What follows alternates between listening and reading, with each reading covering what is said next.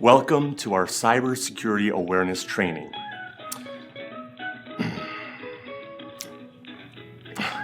Why are we doing this? Well, because it's now required by Texas House Bill 3834 as codified by Government Code Section 2054.519B. But mainly because people are trying to steal your stuff and destroy your organization. Every time an entity gets hacked, the response costs an average of $158 per record. This applies to any record containing personally identifiable information. It's estimated that 13% of cyber attacks hit the public sector. Texas is the #2 most attacked state, both by number of victims and by the amount of loss. Everything's bigger in Texas, including cyber crimes. So that's why we're here, to learn how to protect your organization and you personally from cyber crimes. Let's move. Let's talk about information security. Now, this is a broad term that covers the protection of data and the systems that contain it and move it around. Strong practices are like building a protective dome around your organization. Even better than that. To a cyber criminal, almost any information from your organization is valuable, down to your org charts or employee contact information. I am sure that your IT department is working hard on this. Shoot, ow, no. But it takes everyone at an organization to make it effective. That means all of us are responsible for cybersecurity. Now let's define information that your organization has, which helps inform the security needed to protect it. At the lowest level is public information. This is the least sensitive and would cause the least harm if disclosed. It includes data that's used for marketing. Above that is proprietary information. This only makes it outside your organization on a limited basis. If disclosed, it could hurt your competitive advantage, data like the specs of a new product. Then there is private information. This is compartmental data that might not cause harm, but is best kept private, like the data known by your Human Resources Department. Above that is confidential information, information that people outside your organization shouldn't know and might cause damage if disclosed. The highest tier is sensitive information. This is the data with the most limited access, even within your organization, and would cause the most harm if disclosed. All the levels of information can be found in a wide array of file types. You need to know which types you have access to and which types you need to help protect. Now let's look at where the information is stored. Of course, much is on your local computer, but then there are the thumb drives and hard drives you connect. But then there are the machines connected to your machine. That includes your coworkers' machines, but also your network servers, which are all connected to the cloud, which is also connected to any devices that you use. Phones, tablets, watches, data is everywhere. Let's now look at the 4 main pillars of data security. There is the machine level, which includes all the devices that contain data. The data level, which is the physical data itself. The network level, which are the pathways by which computers share data. And the internet level, which is the world of data and connections outside your organization. If one falls, they can all fall. Let's talk about the machine level. I'm gonna go ahead and borrow this and poke around. Makes you uncomfortable, doesn't it? That's because we keep important data on our devices that doesn't need to be shared or stolen. The top risks at the machine level in your organization include weak passwords, antivirus software that is not installed or updated, poor email rules for clicking links, a lack of control of flash drives and other portable connections, no controls for accessing public Wi-Fi connections, a lack of administrator controls to prevent downloading of apps or programs, and a lack of cybersecurity training. Facilities have a role in safeguarding machines. Office access should be strictly controlled with coded or badged entry and no tailgating. Wow, good cybersecurity practices. I guess she paid attention during her cybersecurity training. Make sure all doors are locked.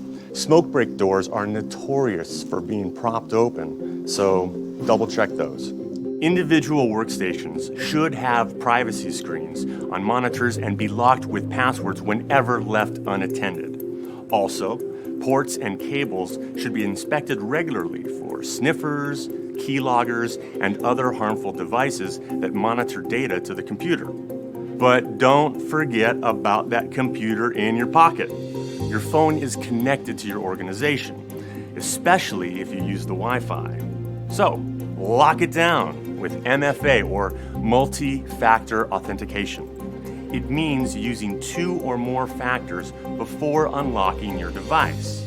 Now that includes passcodes, fingerprints, and facial recognition whenever possible. It would be a big problem if you lost your phone, so enable apps that can wipe your phone remotely before you lose it. Remember when life was easier? Networking hardware should always be kept in locked areas, as well as any electronic control systems that handle traffic lights, water, and other valuable services.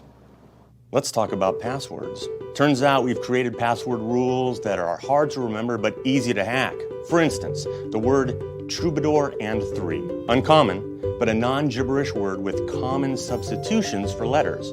But when it comes to remembering it, good luck. Then this, correct horse battery staple. 4 random but common words, which is harder to hack. At 1,000 guesses a second, the first one would take 3 days to hack, while the next would take 550 years. So, correct horse battery staple wins. Is it easy to remember? You just did. Here are some password tips. Avoid single words found in the dictionary or proper nouns. Do not keep passwords written on paper or in clear text electronically. Do not share passwords. Do not use the same password or close variants on multiple systems. Enable MFA, or multi-factor authentication, on all systems possible. And change passwords quickly if necessary. Let's now talk about the data level. This is the quantities, characters, and symbols on which operations are performed. You must think of data as bundles of cash.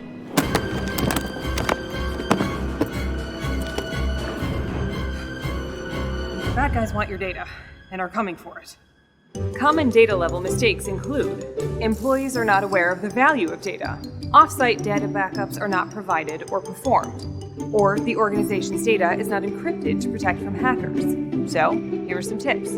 Keep your workspace clean, destroying sensitive data on paper and hardware when no longer needed.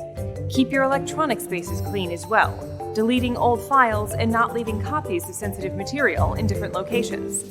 Follow guidance on passwords at the data level, changing frequently and not repeating passwords. Make sure you back up all data regularly. Make sure your antivirus and anti-malware software is installed and up to date. Install all critical updates whenever they are released. Only connect to secure Wi-Fi and never free public Wi-Fi. Encrypt all your data on all external drives. Make sure all your devices auto-lock. Only allow vetted third parties access to the data, and only specifically the data they need to do their job. But what about the computer graveyard? Each device holds data regardless of whether the computer is still in use. Here's some tips. Completely erase old hard drives. Before sending computers on, old hard drives and non-writable media should be removed and destroyed. Personal devices and writable media should be reformatted per the manufacturer's instructions. SIM cards should be removed and destroyed. Paper data should be shredded or disposed of in protected receptacles to be destroyed by reputable companies. Now let's talk about the network pillar. Remember, no computer is an island. You're never on your own, even if you're the grumpy guy who only works by himself in that lonely broom closet. Here are some common network-level mistakes. Antivirus software or firewalls are not effective. Daily full system scans are not performed. Off-site backups are not maintained. And a lack of administrator controls on networks. While most of these items may be handled by an IT professional, all users need to understand the basic elements. Only strict authorized users should be able to control or change networks. Individual users should have strict roles and permissions set up. Strict standards should be applied to secure wireless networks and never use free, passwordless networks. Use virtual private networks, or VPNs, and secure shell, or SSH, whenever possible. Now let's talk about the internet level security. While the internet is great, it is a world of everything. Aliens, cupcake recipes, and we don't need to talk about that. When connected to the internet, attacks can come in many ways. Let's talk about what these attacks look like, who the perpetrators are, and how you can recognize their evil schemes. So, what is a threat? Well, it's the potential targeting of a network or system in an attempt to damage, harm, or disrupt its capability to operate. An organization's data has three aspects to consider. Confidentiality, it should be accessed only by authorized users. Integrity, it should be accurate. And availability, can we get to it when we need to? A cyber criminal would like to mess up all three aspects.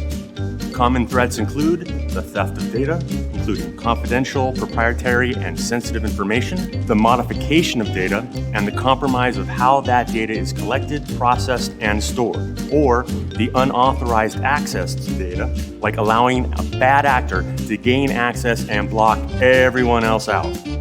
What is a threat actor?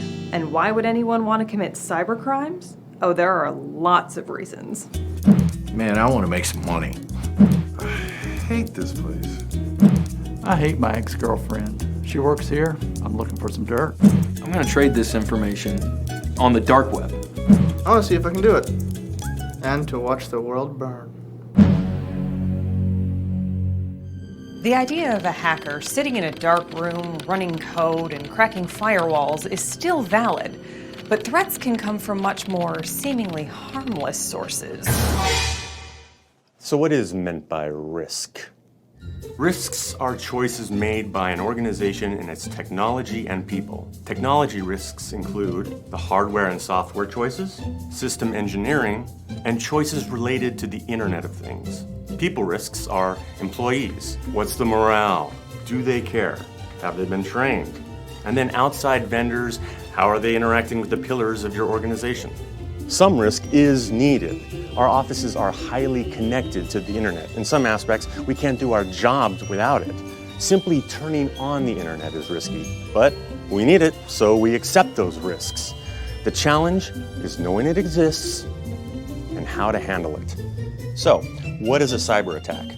Any attempt to gain access or control of an organization's data or information systems, no matter what the level of sophistication. Attacks can come from many places: emails, phone calls, texts, USB drives and flash drives, the Internet of Things, and even letters. Phishing. When someone tries to gain your information, typically usernames and passwords to your banks. Spear phishing, a targeted phishing campaign to a specific person as opposed to a large blast. Social engineering. Non-technical contact looking for the same info as phishing. It might be done through a casual, often pleasant phone call. Whaling. Phishing attempt to high-level executives. Malware. Software intended to damage your devices and networks. Ransomware. Malware that locks users out of their devices until some ransom is paid. In 2018, ransomware cost organizations $11.5 billion. And phishing. Voice phishing is phishing done on the phone, often through voicemail. Here's a common attack. What about this? I got a pop-up saying that I need to update my Flash player. What should I do? You should only download things from trusted sources because it could be malware. Malware covers things like viruses, trojans, worms, backdoor, spyware, and more.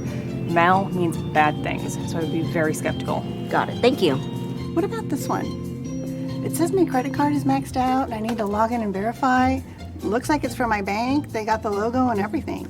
Sounds like classic phishing. Let's talk about ways to identify phishing emails. The message contains a mismatched URL. The URL contains a misleading domain name. The message contains poor spelling and/or grammar. The message asks for personal information.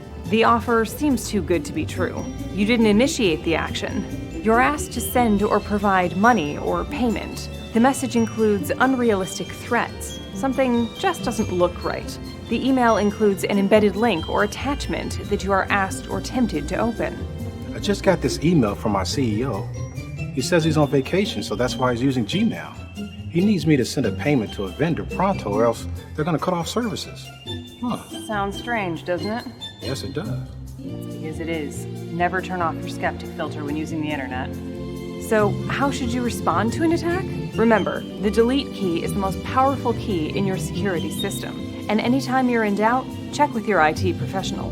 Cybercriminals feed off of your desire to be nice. Trust me, if your CEO needs help, he'll find a normal way to get it. So will your bank. Remember, attackers send out millions of emails, and your recognizing their evil schemes could save your organization thousands of dollars. So, what should you do when you notice an attack? Or if you find yourself accidentally wondering, what did I just click? For internal reporting, all suspicious activity should be reported according to your internal policy. For external reporting, contact all involved parties, including contractors and vendors. And remember, cybercrimes must be reported to law enforcement. Now, remember, everyone in your organization needs these tools to ensure reliability, usability, and security. You need policies that ensure information security, vetting, and training of everyone involved, both inside the organization and outside. Good luck. Oh, should we give them their stuff back? Sure. Maybe next time they'll be a little more cyber secure. Thanks for watching. Good luck on your test.